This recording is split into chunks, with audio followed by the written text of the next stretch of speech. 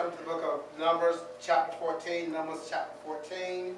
We're going to start with the 26th verse. Numbers, chapter 14, starting with verse number 26. And it reads, And the Lord spake unto Moses and unto Aaron, saying, How long shall I bear this evil congregation, which murmur against me? I've heard the murmurs of the children of Israel, which they murmur against me. Saying to them, Truly as I live, saith the Lord, ye have spoken in my ears, so will I do to you. Your carcasses shall fall in this wilderness, and all that were numbered of you, according to your whole number, from 20 years and upward, which have murmured against me. Doubtless ye shall not come into the land concerning which I swear to make you dwell therein, save Caleb, the son of Jephunneh, and Joshua, the son of Nun. But your little ones, which ye said should be afraid, them will I bring in. They shall know the land which ye have despised. But as for you, your carcasses, they shall fall in the wilderness. And your children shall wander in the wilderness 40 years, and bear your whoredoms until your carcasses be wasted in the wilderness. Wow. Use the topic of the day from the 33rd verse. Wander no more. Right. Wander no more. It's truly amazing when you see people don't have a place of stability in their life. Sometimes people look for stability in a job, and then the job downsizes or lays off, and you find yourself still trying to find a stable place of employment. There are times we try to find stability in relationships, boyfriend, girlfriend, husband, wife, and then when they look around, the boyfriend, girlfriend, husband, or wife is gone. We're trying to say, I've got to scramble again to find someone else that can bring me peace or comfort. We sometimes find that through no fault of our own, something mom or dad may have done, a lifestyle they may have lived, and we find ourselves bearing the brunt of what mom or dad may have done. I was with this prison ministry, and they go into the prison. When they go to the prisons, they take the children with them so the children can see their parents. Because the parents have gotten locked up for doing something wrong, and now the children have to bear the brunt that now don't have dad there with me for the most part, there to hold me and tell me, good job, or you've done a wonderful thing. Wander no more. And when things like this happen, sometimes we feel incomplete. Sometimes we feel less than. Sometimes we feel like we've been forsaken. But these are the ones that this message today is to. Those who feel that I've just been going from place to place, trying to find a sense of stability, security, and like no matter what I do, I still feel like where I go to is not good enough, is not satisfying. I still feel the emptiness of the void. Here in the book of Numbers, 16 chapter, we find that the nation of Israel, God told them, I'm ready to take you into the promised land. And God said, I want you to go and spy the land out, and I want you to take it. And God had them to take one from each tribe to go to the land to spy it out. And when they went to the land and spied out, they came back with a report saying, we be as grasshoppers in the eyes of them. We can't take this land. And for a lot of us, this is why our wandering is. Because we have not trusted God. We trusted what others have said. We trusted what our own eyes can see rather than what God's word says. And when you're doing things without trusting God, it's going to put you in a place of wondering. And what I mean by wondering, I mean you're not content. You're always looking for something else, that next high, that next thing. They say a lot of times folks on drugs, when they tend not to start people on smoking marijuana. Everybody smoke marijuana, put your hands down. Anybody doing any kind of drug, say it is a gateway drug to other drugs. Because you know what? That high that you had before doesn't satisfy you later on. A lot of the drugs you take now, they say that over time they lose their effectiveness. So you have to take more drugs and take more just to get that same high you got at first. Why? Because there's an emptiness that cannot be filled with drugs. It can't be filled with alcohol. It can't be filled with sex. It can't be filled. But we're wondering, why am I so empty on the inside? I tried this and I tried that, and still at the end of the day, I'm feeling empty, I'm feeling lonely, or I'm wandering from place to place, trying to find something to satisfy. So God sent them out, go scout the land, and they came back with this negative report. Oh, we can't take that land now. Now let me tell you this, if God tells you to do something, you can do it. I don't care how insurmountable the odds may appear to be. I don't care what the doctor may have said. I don't care what anyone may say. If God said it, I'm going to stay there. And I'll tell you, you know who my doctor is? My doctor is Jesus. I don't care what that, well, you know what, your diagnosis is this, because what I found out this right here, is that these doctors now, a lot of them just in it for the money. Right. When I was coming up, go to the doctor, and the doctor, I knew I was sick, went to the doctor one time, and the doctor sent me back and said, go home, take some aspirin, if you don't feel better, bring them back. Amen. You go to a doctor today and see if that's all they tell you. Right. They'll give you a long list of things. What am I saying? Whose report are you going to believe? Are you going to believe what God said or what some man said? Or what somebody else said? I'm going to believe God's report. And God said, go take the land. And see, what we don't realize is that when we bring back a report other than what God said, God said, wait a minute now, you're challenging my authority. You're challenging who I am. When I told you you could do this, and you said, it's too great for me. I can't handle this, God. And so you don't know what you're doing. No wonder you're challenging who God is. But number two, you're setting yourself to be a wanderer, never being content. I've met some people that brag about the number of drugs they're taking. The doctor prescribed for them. I'm taking this one. I'm taking that one. I'm taking this one. I've met some people that brag almost like they brag about the broken relationship they've been. Well, I had this one, he was no good. I had that one, he was no good. I had this one, she was no good. I had that one, she was no good. And like, I just moved on. I'm shaking her head. Don't you understand what you're doing? You're bragging on something that God's not told you to brag on. And that's where your wondering is coming about. That's why you can't be happy, why you can't be content. Because instead of following what God's word says, you're listening to your own self, your own analysis of what life is about rather than what God says. God told them to go take the land. They came back with a bad report. Now, there were two of them that came back with a good report. Caleb and Joshua. Now understand this, why they came up with a good report, and this is thing going to help you stop you wondering. Caleb, remember they was to take one from each tribe? Well, guess which tribe Caleb came from? Caleb came from the tribe of Judah. You know what Judah means? Praise. When you find yourself in a place where you're not where you should be, or you find yourself wondering, well, I've been in this relationship, it didn't work out. I've been in that relationship, it didn't work out. Well, I tried this job and I got laid off. I tried that job and they fired me. Well, I've been to all these things. Nothing seems to be working for me. You need to find yourself praising God. All right now. When you find yourself praising God, you find yourself getting where you need to be or where you should be.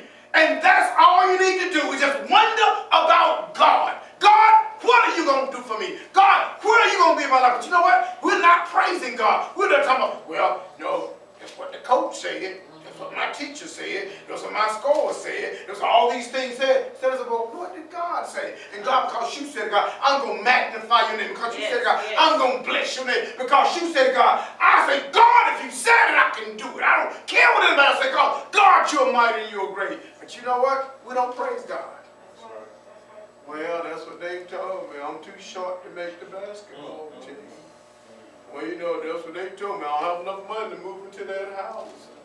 Well, you know, that's what they told me. My grade's not good enough to get into that school.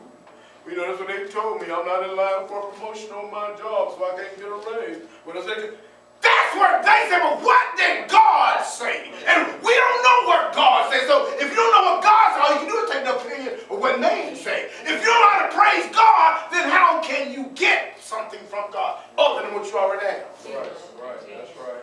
That's right. The other one, Joshua. It was from the tribe of Ephraim. You know what Ephraim means? Fruitful. See, God said, when you praise me, it'll make you fruitful. Amen. When you praise him, God will make you fruitful. Hallelujah. And you know what? You can't be fruitful. You know what? We bought some trees. My son bought a tree. I think it was. And you know, and I didn't know this. I got on up in age. We not talking about these fruit trees. You got to get a male tree and a female. I didn't know one from another because I don't know how to tell a male tree from a female tree. But you know what? You can put a tree, a fruit tree out there by itself. You don't have male or female. That tree just sit there. Won't produce a thing. So when God tells you you're going to produce something, you're going to be fruitful, God's trying to let you know, hey, I'm going to bring somebody in there along with you. You're not going to be in this thing by yourself. God said, I'm going to show you how to be fruitful. And a lot of times we think, well, you know, I'm all by myself. No, you're not going to be by yourself. That's why a lot of times we are so intimidated. We're afraid. I'm the only one that got this diagnosis. I'm the only one going through what I'm going through. I'm the only one that got let off this job. I'm the only one that got fired. I'm the only one. No, you're not the only one. And God wants you to know that. Don't feel like that because that's a trick of the enemy. To make you feel like there's nobody else going through like I'm going through. And God said to Moses, so Joshua and Caleb. Oh, we can take the land. They believe the word of God. See, I'm telling you, let me tell you this right here. The reason why sometimes you have things in your life, because God is trying to show you who he is in your life. I mean, if you are a millionaire, billionaire, and so I say, hey, there's a car, that go buy that car. You just go there and buy it. You're not going to give God thanks for it. But you know what? If you're working at McDonald's part-time, you need a car to get to your job, and you had to only get that car because that car sitting on that car lot making more. Yet that car costs more than what you make in a year. But you need your vehicle back and forth to work, and you pray and God gives you that car. Who gets the glory of it? Not you, but God gets the glory. So that's why I like it. Let the doctor give me a bad report. I went to I told you this earlier. Went there until I had influenza A. I've been the worst type of it. They said, we're going to give you this and give you that, all these medicines to take home with you. I said, all right, I just got this hospital. They sent me home, and the next day, when we had the influenza A, so we were down for about a week or so. They told me to take this and call back if you need some help or whatever. The next day I was in the house chasing squirrels off my roof. I'm talking about what God can do when you trust him. And the medicine they sent me home with, how much you think I took? Exactly. Whose report are you going to believe? Thank you. We're going to believe what man said, what God says. And a lot of times we don't know what God said because we're not consulting God. We're not talking to God. We're not asking God, God, what do you say? And that's what we're wondering. From relationship to relationship, from drug to drug, from sexual relationship to sexual relationship, from house to house, place to place, because we never took the time to say, God, what do you say? And once God tells us what he says, for us to move on. Amen. So they came back with a report. Let me take this right here. How many think you got a bad mama or a bad daddy? I mean, you got a mama daddy that don't play no junk. They crack their whip on you. They don't hold back. Amen. Let me tell you here. You know, now how many of you thank God for that mean mama, mean daddy you might call them? You better thank God for, you know what? Because that mom and daddy you got is nothing like the God you gonna face again. Hallelujah. Say it again. Oh, daddy's so mean. Mama's so mean. I don't like mama. I don't like daddy. I tell you what, when you get to heaven and you don't do what God tells you to do. I'm telling you what God said to the nation of Israel. Moses went up there to God and said, God, they brought back a bad report. God told Moses, Moses, you know what? I'm going to go down and destroy every single one of them. See, mama hard, daddy hard. You get before God. You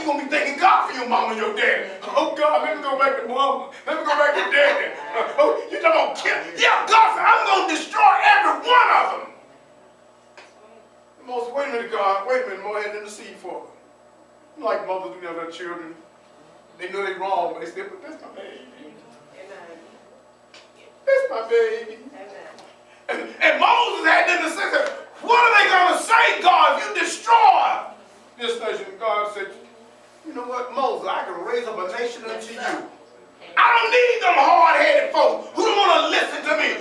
When I tell them something, you know how sometimes you talk to your children, every word you say to them, they got a word for you. You 30, 40 years they're senior. You've lived the life. You've been through what they're going through. But yet, but mom, but daddy, and they know more than what you know. Yes. Well, this one, God trying to say, wait a minute now. If I'm going to tell you something, then be willing to listen to what I'm telling you. But God. But God. God said, wait a minute. You think I'm going to tell you something that's going to hurt you, going to harm you? You think your mom and daddy, now, especially the mothers, a mom in that hospital, screaming and hollering Amen. about that baby ready to come. Yeah. I know my wife, when our second child was born, she got about the hospital bed. Said she was leaving out with the gown on. Because those things were hitting her so hard. She said, I'm getting them out of here. I don't know where she was going, and a hospital gown on. Them pains start hitting you like that. And that's what I'm saying. And so you think that a woman that goes through that to bring you in the world gonna now tell you, I don't care how you fare. I don't care what you do. You can go out there and bring her into that wall. I don't care. You go out there and kill yourself. I don't. No, she's already been through a lot for you. Right. You think she don't mean your good now? That doesn't make common sense. All I do is tell you, me and have a baby. Yes. You're like, Mom, I love you so much. But that's what it is.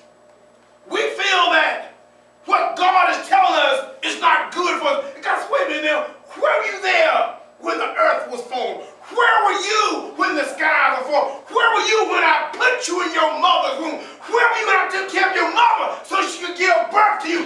Where were you when you were a baby crying in the midnight hours and I heard you cry? I said, somebody to take care of you. Where were you then? You can't remember when you were a baby.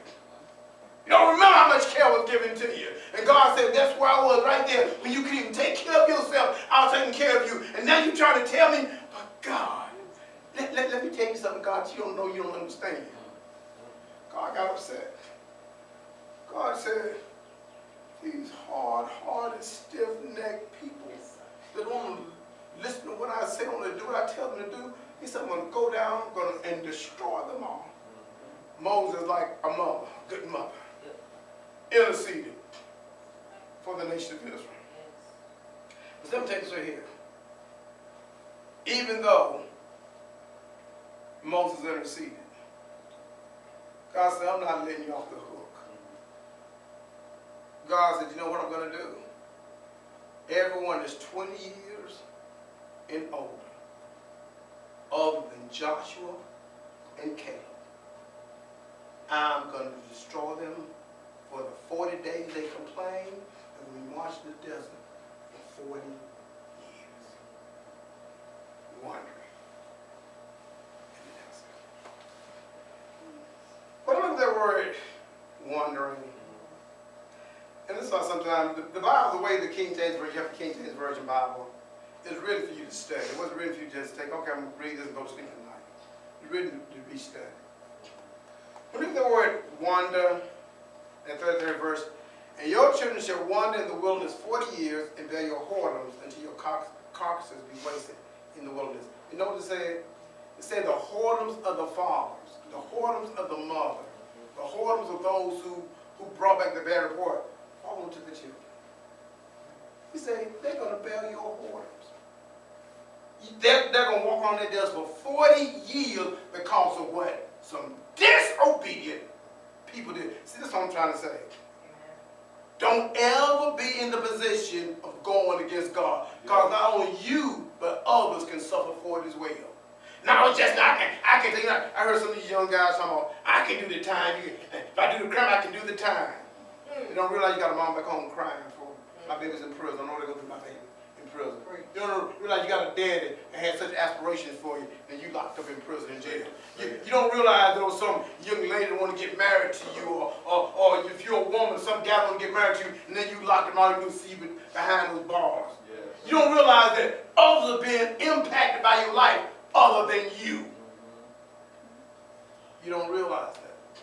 And this is the thing that God is trying to let us to know. And let's understand that there are people that are going to be impacted, and this was the nation of Israel. For them 40 years, the children, not the ones who made the statement, not the ones who disobeyed what God said, but the children had to walk around the desert for 40 years.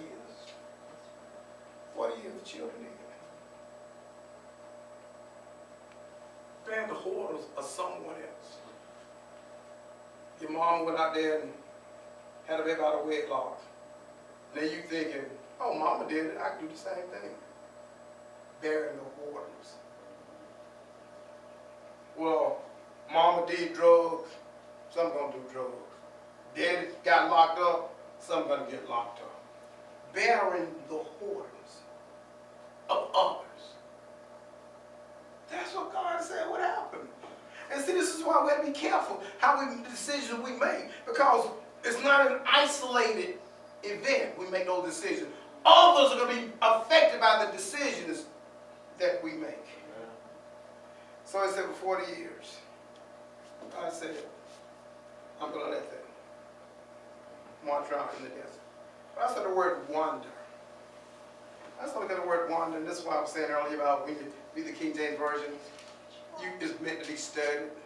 That word wander in the Hebrew is the word loon.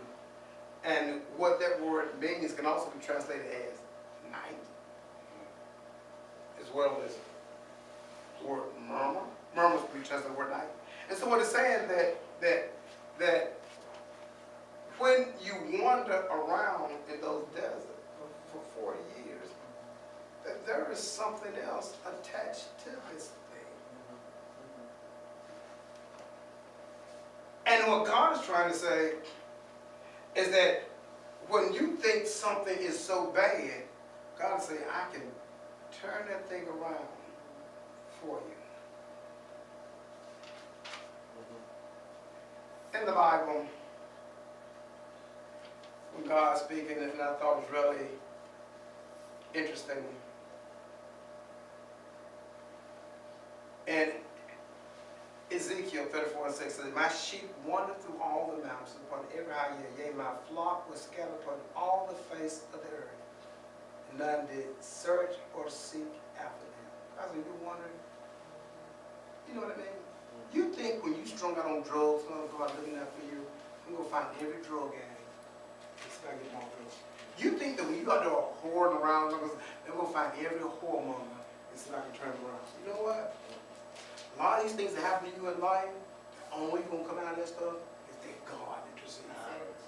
There is no sin patrol where they're set up to go back and find you and pull you out of your mess. Preach. If you got in that mess on your own, guess what? More than likely, you're going to have to get out of it on your own. Preach. They're not going to, well, let me pull you out of it. Let me pull you out of there. Mama tried to tell you. Dad tried to tell you. But you won't listen to Mama, Dad. And now you're in it. Now, that's what Ezekiel was saying. There is nobody. Nobody. But I like Ruth. 1:16. Ruth said, entreat me not to leave thee or to return for thee. But thou, of course, I will without lodges, nor alone, how large. Thy people will be my people, and thy God, my God. He said, you know what? In all your wonders, in all your things going on, if I can follow your God, I can follow who he is, then that's the thing that's going to bring me peace. Because I'm willing to follow you. Because Ruth, Naomi, her mother, she said, oh, you're God, you're a woman that's showing something. You know what? I'll follow you. And the thing that made the thing so real for us is Deuteronomy 20 and 23. I catch that. Is the word loom again in Hebrew. His body shall not remain all night, murmur, bloom, upon the tree, but thou shalt in any wise bury him that day, for he that is hanged is accursed of God. That the land be not defiled, which the Lord thy God give thee for an inheritance. So, the Bible said, anybody that's hanging on a tree is accursed. These are the murmurers. These are the complaints. These are the ones that come to God saying they're going to destroy because they're murmuring and complaining. He said, curse will hang on a tree. Galatians 3:13 says this right here. Christ has redeemed us from the curse of the law, being made a curse for us. For it is written, cursed is everyone that hangeth on a tree. Take from Deuteronomy 21:23. That the blessing of Abraham might come on the Gentiles through Jesus Christ, that we might receive the promise of the Spirit through faith. God is saying that because of what Christ Jesus did, yeah, your mama may have messed up. Yes. Yeah, you may have made bad choices. Yes. Yeah, you may have chosen the wrong path to go through life. But the Bible said Jesus, praise be to God, came, hung on the cross, took the curses from us. We no longer need to wonder, well, because of what mama did, or because bad choices I made, I don't have any peace or comfort within. Jesus hung on the cross of Calvary so that you could have peace. So you can have contentment. So you no longer need to worry about wandering from place to place. Yes, God said, let me go down in the struggle. But Jesus said, prepare me a body. And I will go down and redeem. I will go down and save them. So those who are wandering, those who are lost, those who have entered into bad relationships, get a bad job, bad community, whatever you want to call bad. The Bible says that if you accept Jesus as your Lord and Savior, all of your wanderings, all of your disappointments, things you've done to yourself, things mama and daddy may have done that you weren't even aware of, but now you're bearing the brunt of it. All those things, God said, when Jesus hung on the cross of Calvary, he became a curse for us. To take away that curse. To take away those things. So we need not feel like, woe is me. I made a bad decision. I made a bad choice. Woe is me. My mom or daddy made a bad decision, made a bad choice. Woe is me. I don't know how I can get out of the situation that I'm in. Woe is me. You're still wondering in your spirit, wondering how can I find peace? And the Bible is saying that the way that you find peace and the way you stop your wandering, not having contentment, is that you accept Christ Jesus as your Lord and your Savior. And you know what? All you have to do is just think about what you've been through and look at what Jesus has to offer you. And to me, it's a no-brainer. But you know what? Sin blinds you. Sin makes you think that what you have now is better than what Christ Jesus offers you. And you know what? All you need to do is tell sin, I'm looking at my jacked up life now. And I know what you will offer me is not better than what Christ Jesus has for me. No more wondering. You don't have to wonder anymore. You don't have to be concerned about who your mama is, who your daddy is, whether you've seen your mama or daddy or not. You don't have to wonder about what things they may have done. You don't have to worry about that job situation. You don't have to worry about any of those things. You don't have to worry about the mistakes you made in the past. You don't have to worry about those things. Because the Bible said when Christ Jesus hung on the tree, he took all our curses. Drugs, alcohol, sexual immorality, you name it. He took every single one. Lying, stealing, disobedient to parents, disrespectful. He took every single one of them on the cross of Calvary. And because Christ did it, some not going to be like the ones that brought the bad report back when God told them and they said they couldn't do it. I'm going to believe the Bible said that we come to the Lord Jesus, nobody's cast us out. And if Jesus said he's going to take me in, you think I'm not going to take advantage of that? Lord, if you said it, Lord, I'm running to you. Because I want what you have for me. No more wondering. One thing about God, though. God gives you free choice and free will. You don't go out there and get beat up by sin. Don't fall for the lies of the devil. All the things he placed in your mind and your heart and made you feel that goes contrary to his word. Come back and visit me 5 years from now. When you're broken, you're hurt, and you're worse off then than you are now. And I'm here to give you a guarantee. You accept Christ Jesus on today. I'm guaranteeing there's peace, there is joy. But nothing changed around me. I still got the same job. I still got the same mom and daddy. Nothing has changed. But you know what? Something has changed. Now you have peace on the inside. They have contentment on the inside. Now you know that you serve a God that's able to take you through anything. Why? Because he brought you through what you've already been through. No more wondering. That's the promise that God gives us, and it's really sweet to know. I can have comfort in Christ Jesus. I don't have to worry about what friends say. I don't have to worry about the doctor's report. But one thing I do this right here.